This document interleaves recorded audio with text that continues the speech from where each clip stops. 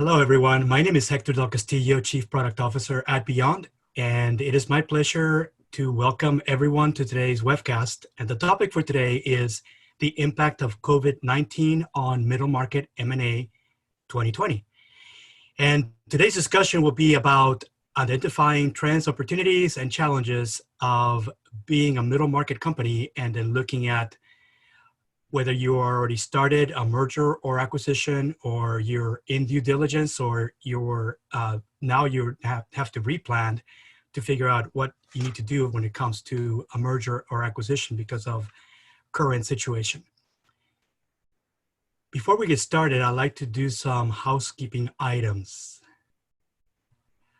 First of all, if you're on Twitter, you can use the Beyond MA handle and also my handle, as well as the hashtags middle market, mergers, acquisitions. And also our company page can be reached via this short URL, bit.ly/beyondmna, and that should get you to our company page on LinkedIn as well. So if you share on Twitter, we'll be happy to reshare and retweet anything that where you include our handles and also the hashtags for today's discussion. I want to say also that we will be doing a Q&A portion. So everybody that is joining, you will be in mute only, but you do have access to the chat and also a Q&A window. And we are asking everyone to submit any questions you might have via the Q&A, and we'll be sending messages to everyone via the chat window as well. A little bit about Byond. We are a business strategy consulting firm who believes in making a great positive impact within any organization that we work with. And usually business executives and leaders come to us to solve their greatest challenges when it comes to having a successful merger or acquisition. And we also work with investors, and investors come to us when they need to choose the right investments to add to their portfolio in order to maximize the rate of return that they're looking for. So we work with both buyers and sellers as well as investors in making sure that everyone gets what they're looking for from a merger or acquisition. Next slide, please. So as I mentioned earlier, today's discussion the topic is the impact of COVID-19 on middle market M&A 2020. And it is my pleasure to introduce our speaker, Lori Wiggins, who is Chief Executive Officer at Byond, and she will be leading the discussion. And once again, we will be doing Q&A at the end, and we're allowing some time for that.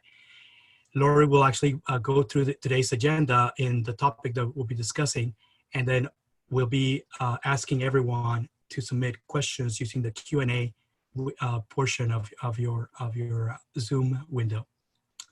Lori, how are you doing? I'm doing well, Hector. Thank you for the introduction. Yes. And let's get started. Welcome, everybody. I'm so glad you're on the call today, joining our webinar. And here's what we will discuss.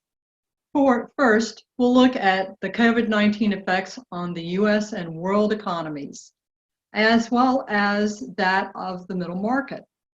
Then, we're going to talk about how you can position your company for success despite the current conditions, whether you want to scale, buy, or sell. Let's talk about the economic effects first. In a very short period of time, the world has changed. Within 2 months and on a massive scale, not only have hundreds of thousands of businesses shuttered or greatly reduced their operations. As of the 23rd of this month, 26 million people are unemployed. Consumer spending has dropped to the floor as people shelter at home. Supply chains disrupted. And for the first time in our lifetimes, the price of oil temporarily flipped.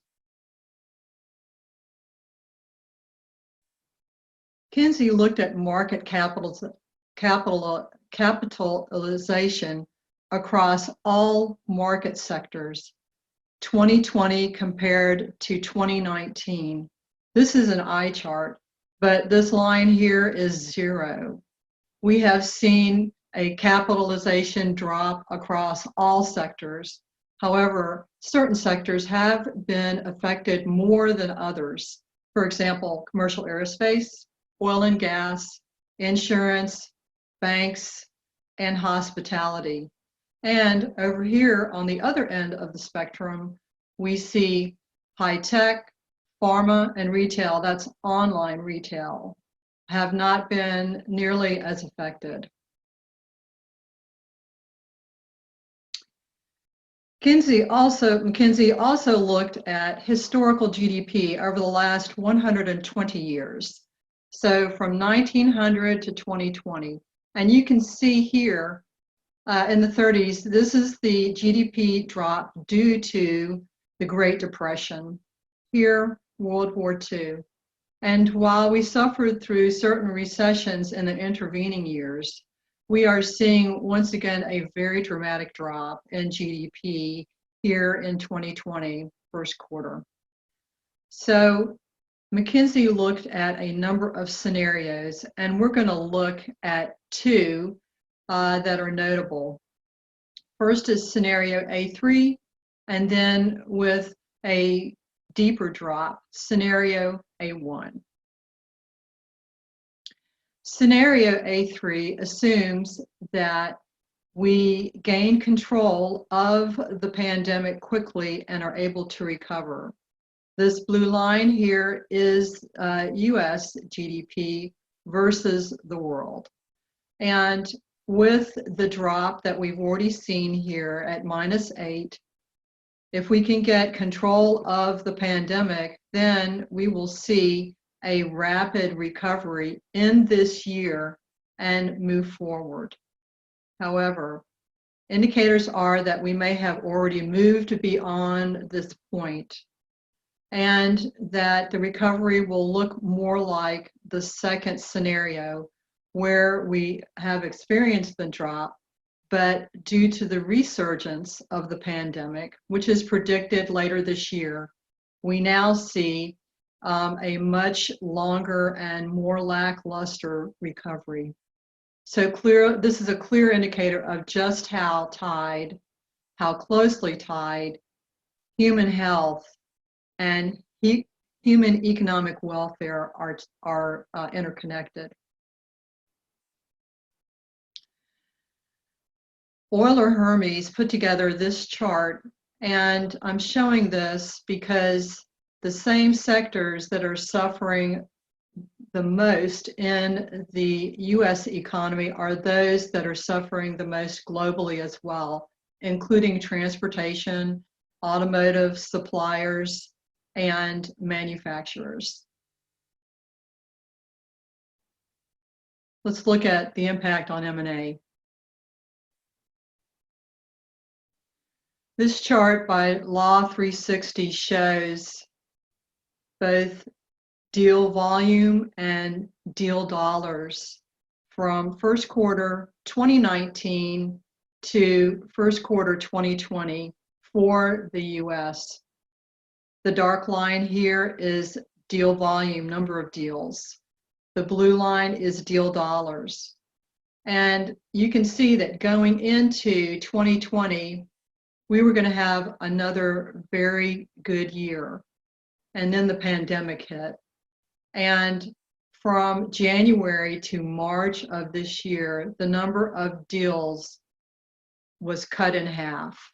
And that'll continue to drop further. It was a very dramatic drop here in first quarter 2020. The National Center for the Middle Market performed a survey. They asked several hundred mid-market CEOs what they thought the effect of the coronavirus was going to be. And number one, negative for most and catastrophic for some middle market businesses, that is. Obviously, growth projections have plummeted. Interestingly, CEOs said that supply chains and access to cash were going to be their two most difficult challenges. And the fourth one, interestingly, is most middle market companies felt that they were going to be quite resilient. I will be interested to see when the National Center repeats this survey in 2016, in second quarter of 2020, what the results will be then.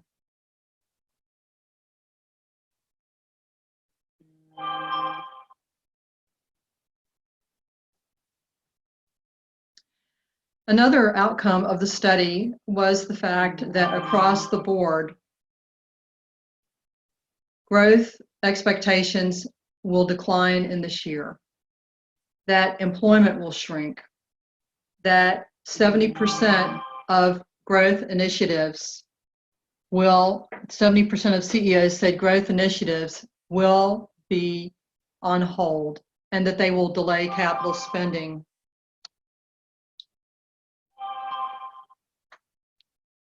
M&A has recovered from past economic crises. However, this crisis is more complex due to a number of issues. First, working remotely. In addition to the things you need to look at for due diligence, there are additional considerations because of COVID-19. Buyers are more cautious. Agreement discussions will be more contentious because both buyers and sellers are looking to de-risk the deal. And all of this has an effect on deal making and deal terms. The overall cumulative effect of these items is that the deal timelines will be extended. It'll take longer to do a deal. And that's true whether you've got an existing M&A deal in the pipeline or you enter into a deal during this pandemic. And of course, it affects all deal phases of a typical transaction, including preliminary discussions, negotiating the letter of intent, negotiation of the acquisition agreement, and the pre-closing period. Let's look at working remotely. There's a very important in-person component to any M&A deal. When you're looking at someone on a screen, you don't see anything but their face and you hear the words that they are speaking, but you're not seeing their body. You don't have access to the nonverbal cues that you normally would that tell you what's really going on with this person. And so it's going to take you longer to figure out who you're dealing with and whether you can trust them, which is very important in deal making. Also, if you're not accustomed to working remotely, and I'm not talking about the occasional telecom, I'm talking about each day, every day, all day, working at home remotely, there is an etiquette associated with it. You have to do things differently, and many people are right in the middle of that learning curve now. And all these things serve to slow down the deal making. Additional due diligence considerations include an even greater scrutiny on seller's cash position.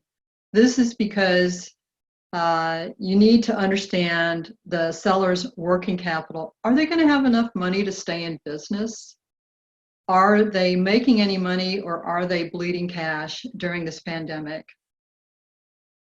The coronavirus impact on the seller's workforce. Do they have enough people to get the job done? Have any of the executive team passed on due to the virus? Are they missing key personnel? Have there been any layoffs or furloughs with the seller's organization? If so, there are federal and state laws that have to be complied with. if they have not complied with them, is the buyer purchasing additional liability? Is the seller carrying additional costs for their workers, whether they're on the job or not, including health care, life insurance, and other things?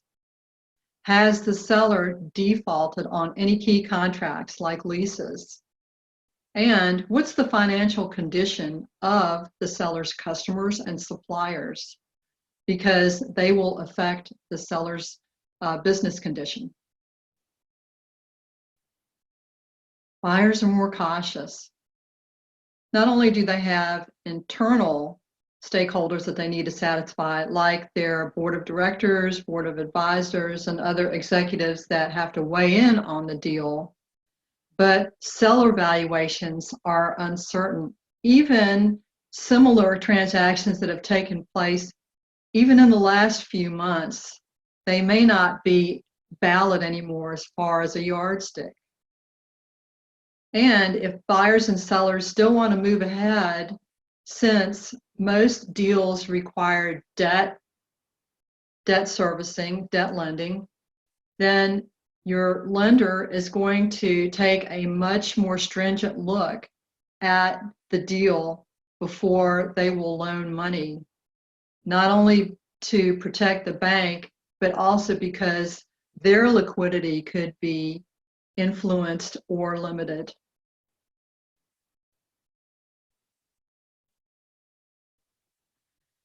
Both buyers and sellers want to de-risk the deal. Buyers want the seller to assume more closing risk or indemnity risk, and the seller will want assurances that the pandemic won't cause the buyer to walk away, won't cause them to get cold feet. Not to mention the fact that if any competitive information was gleaned during due diligence, the seller definitely does not want them to walk away.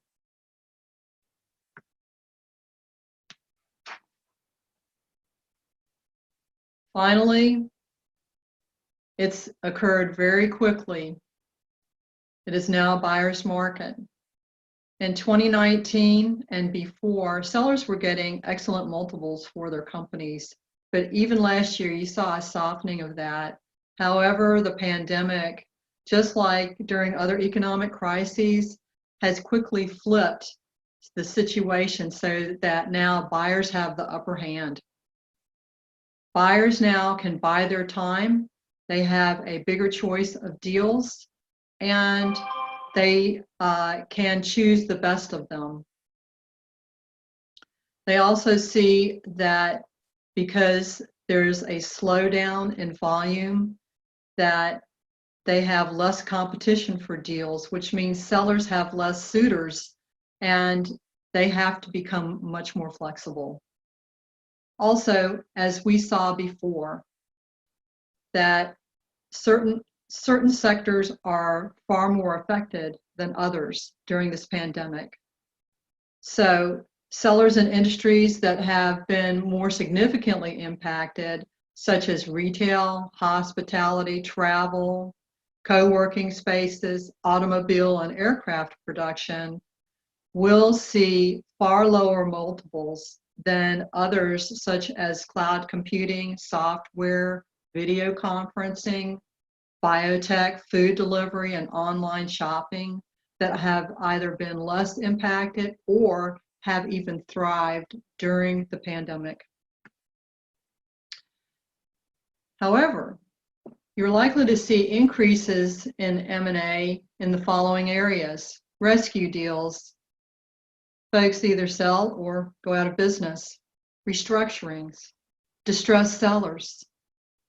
Just because there's a pandemic on doesn't mean that you don't have deaths, divorces, illnesses, and other personal situations that cause people to sell. Companies in the telehealth, teleeducation, e-commerce, and virtualized communication areas will either fetch high multiples for their companies or will be in an excellent position to acquire their distressed competitors. All of this is likely to influence purchase terms so that sellers will likely see less cash at closing. So buyers will offer their stock instead because they have to preserve their cash and they have limited availability for debt financing as well. Sellers are likely to see more use of earnout provisions, and for the lower middle market, sellers may be called upon to provide some financing. Here's an example of changing fortunes, rapidly changing fortunes. Wesco is an electrical products distributor. Anixter International is a global distributor of communications and security products, and private equity company Clayton, Dubilier and Rice, CVR, are the three players. So Wesco bought Anixter in 2019 for $4.5 billion. Now, CDR made a bid for Anixter but lost to Wesco. In 2019, CDR made a low bid offer for Wesco of $2.8 billion, which Wesco did not follow up on. However, Wesco shares have dropped 43% since the beginning of March. Interestingly, CDR once owned Wesco. They bought them from Westinghouse in 1994 and sold them in 1998. So they're familiar with their business model, their markets, their customers. However, the question becomes, will CDR come back for Wesco? Time will tell. Let's look at how you can position your company successfully to scale, buy, or sell despite the pandemic. We face an era of great uncertainty. We do not know how long this crisis will last or how bad it will get. The actions of executives and their teams, what you do right now, could have a very large impact on your company and its chances for survival in the coming months. Ernst & Young did a survey of 2,900 global executives. Although 73% of respondents expected the outbreak to severely undermine the economy, 56% of them were actively planning to pursue acquisitions in the next 12 months. Before we get into ways you can help your company, let's talk about a factor that can dramatically influence the decisions that you make. These uncertain times create fear and dread in people, and it can severely distort your thinking. Humans are built so that when they are faced with something that they fear, they adopt blinders. It is an evolutionary factor in all humans, so that instead of seeing the big picture, their picture is very narrow. And in a time when you really need to see the big picture, you can ignore things that are critical to your decision making. That means that you're not considering all of the options and all the information that you need to, and you can jump to conclusions prematurely and the wrong conclusions. Finally, we humans are subject to attention bias, and that means that individuals tend to process information in a manner that is consistent with their views of the world. And if that world has suddenly changed and your view does not change with it, you could be focusing on the wrong things. Remaining aware of these things can help us avoid making unwise decisions. So, how do you position your company for success? First, many companies are already stabilizing their company and addressing immediate needs. First, preserve and accumulate cash. And the items that are starred, we'll look at these further. Communicate with your team, prepare your people to work remotely if you haven't already, and find ways to make your people feel safe, stable, and secure. Look at your supply chain.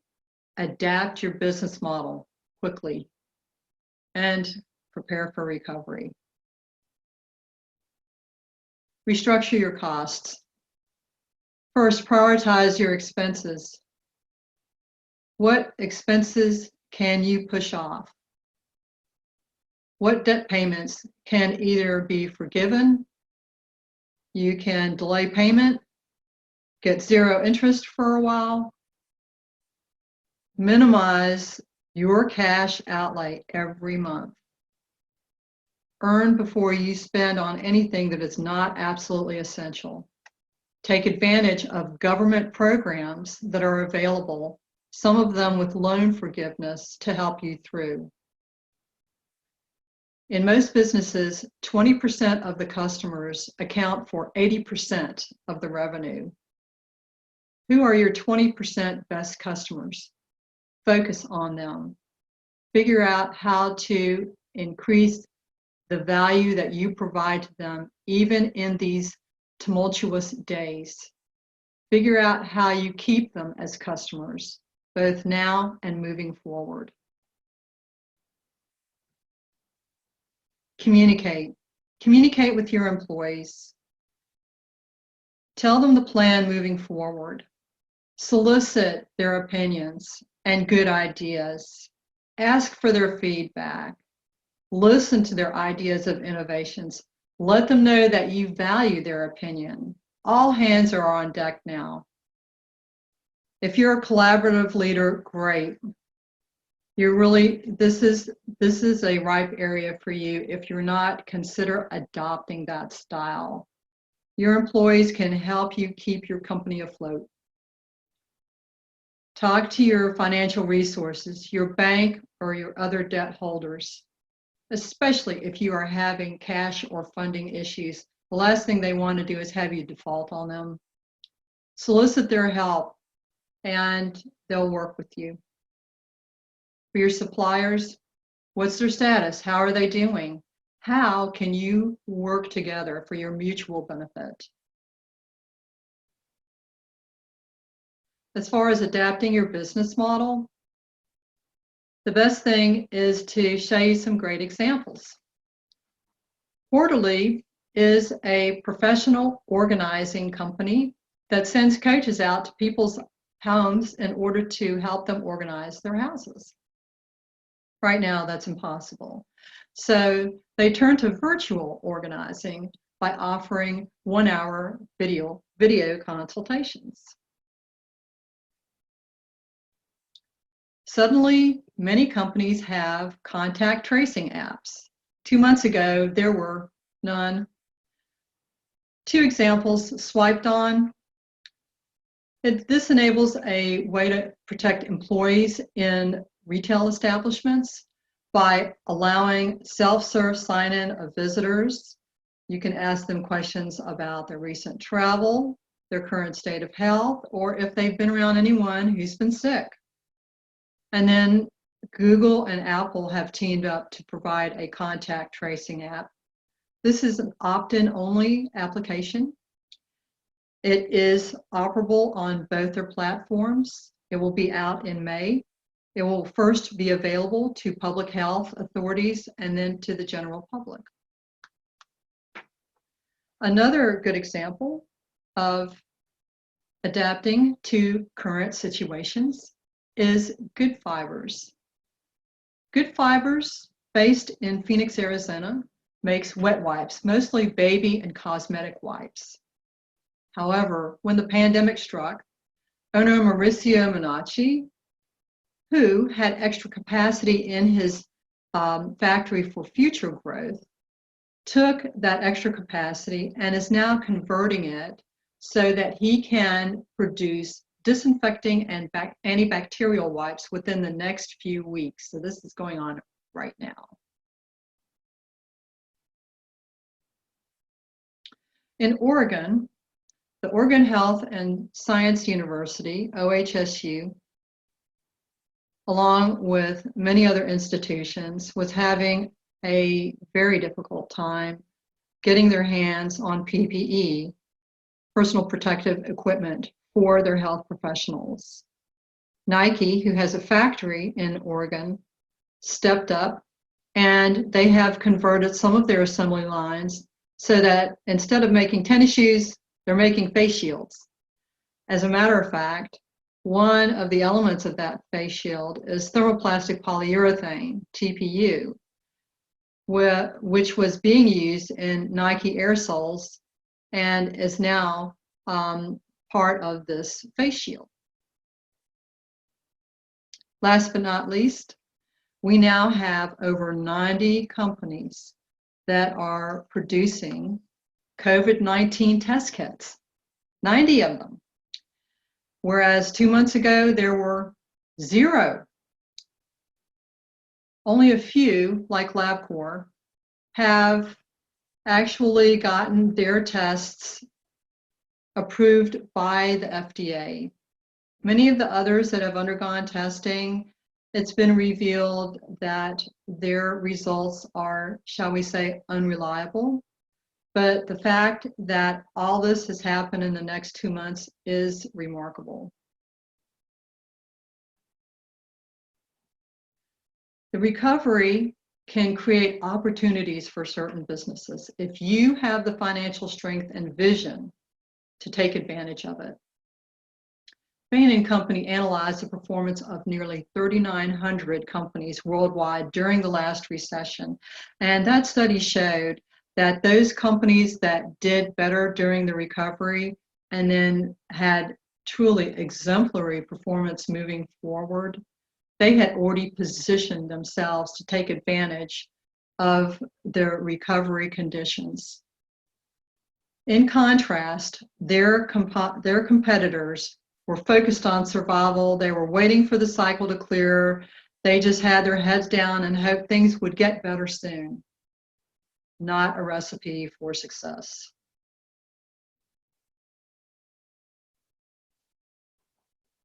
In summary, to prepare for recovery, focus on cash, continue that laser focus even as we move through the pandemic. Consider these next 2 questions and plan and execute how your company is going to address them. This is where the rubber meets the road and where you can excel and come out of this disastrous pandemic even stronger. How do you recover and emerge stronger than your competitors? And how do you retool your business for the new normal that will be with us after the pandemic?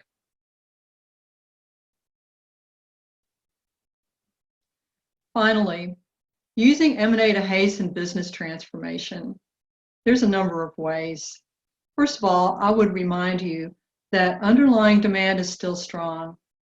Private equity is sitting on upwards of $2 trillion. They are sitting on a mountain of cash which needs to be deployed.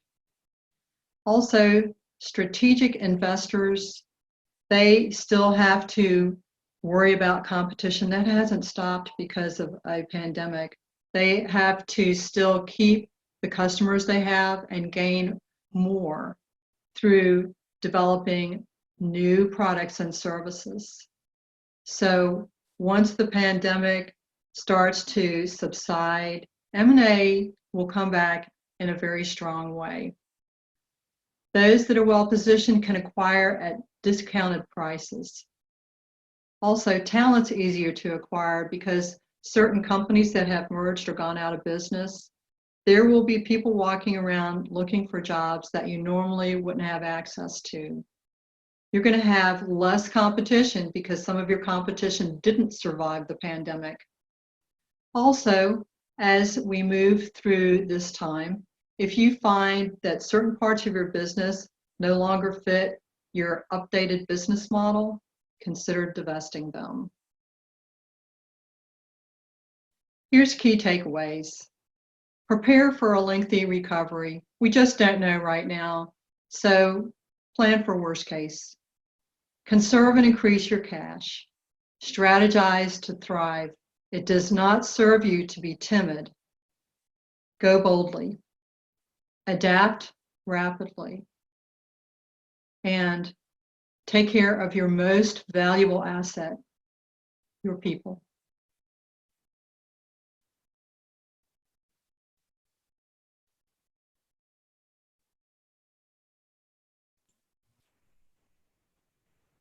I think we'll open it up for questions now. Thank you so much, Lori. And I would like to remind the audience, you can submit questions using the Q&A portion, and we can get to them during this time. We do have some announcements in the meantime, and the first announcement is we are going to be holding another webcast in May, and this one is actually scheduled for May 20th. We're actually doing this in partnership with Shulman Rogers, and this will be on a Wednesday, May 20th, from 1 to 2 p.m. So same time, same day, different month. And the topic for this one is ways M&A helps you break through the impact of COVID-19. And this will be an extension as to what are some of these strategies that allow you to adapt your business model in order to persevere through the crisis and be able to thrive afterwards. So that's a coming up topic. And Lori, as we're waiting for questions, one of the questions that I wanted to ask you, given that model you showed that McKinsey had, what are the industries that you would expect would be mostly in consolidation because there's so much lost in productivity that they're being impacted quite significantly? Can you state at least a handful of those industries that are highly impacted where experts are expecting consolidation mostly to be occurring? Sure. One of them is automotive manufacturing, as well as aerospace manufacturing. Another is hospitality. Also, a number of brick and mortar retail stores versus online, but brick and mortar stores. You'll see the more consolidation or more going out of business as we move through this pandemic. Okay. And what happens to companies like WeWork, for example, where they were a major co-working brand up until last year, but they started losing some value. What do you think is going to happen to companies like WeWork, the co-working type of brands? Right. So the co-working brands, they're definitely struggling. WeWork will go out of business. They were weakened before the pandemic hit, and this is the final blow for them. Co-working spaces are finding lots of ways to work online, and they're holding lots of events online. So I expect that those in stronger financial positions will come through, but the ride will not be fun for them. Okay. What about the airline industry? What is the expectation? Are they going to be consolidating, or is it just on hold? The airlines are they're suffering right now, and there's already been a lot of consolidation in the airline industry, although some new players have come along in the last several years. I suppose that consolidation would be appropriate there, but we'll have to see. Mm-hmm. And what about in areas like or companies that are in other parts of hospitality, like for example, some of the car rental? What do you see happening there? Right. So there are numerous car rental agencies, and I would expect to see consolidation going on there. Nobody's renting any cars right now, or very few people are renting cars because nobody's going anywhere. Mm-hmm. And the longer that persists, just like with these other troubled areas we've talked about, the more likely there will be consolidation. What about other areas? Streaming services like companies like Netflix. What's happening to those type of streaming services moving forward? What do you think is happening to those type of companies? Right. Netflix, Zoom, GoToMeeting, anything where you're providing services that people are using online, you're booming. The pandemic has been good for them. Zoom doubled their membership in 3 months. They're struggling to keep up. It's a good place to be. And they're already public. I wish I would have known about it. I would have invested with them at the beginning of the year. Well, Would have been a great bet. there are numerous bargains out there right now because the price has dropped on everything. And if you're a little patient, you can definitely see the gains once the Dow and other indices start to rise as we recover. Yes. And as we're waiting for questions, I would like to remind the audience, you can submit questions using the Q&A portion, and we can get to them during this time because right now we're in the Q&A portion. Can you go to the next slide, please? So also one of the things that I wanted to point out, if you're right now either as a buyer or seller thinking about a merger or possible acquisition, or even figuring out how to position your company to either be a buyer or seller, reach out to us because we want to help you. We actually focus on mid-market companies. And Lori, can you talk a little bit more about our target as far as the type of companies that we focus on? Yes. So we focus on technology and digital companies. Both Hector and I have very extensive technical and IT backgrounds. And very often, folks like it that we understand their business, that we have actually worked in their industry. So we also work with service companies, including government contractors. We work with buyers and sellers. And we also work with investors to find good investments for them, as well as folks that are looking for investment for their company. It's interesting. What do you see happening to technology companies? Companies that are either in governance, risk, compliance. They have platforms that they provide as a service, or even companies that are doing like analytics type of platforms as a service for other business users. Well, they've been impacted less during this pandemic, and depending on the service, if they can update their business model, I think they'll do very well moving forward as we recover and then return to a new normal. Mm-hmm. Great. And can you go to the next slide, please? So for further information, you can contact either Lori or myself, and you can also visit our website.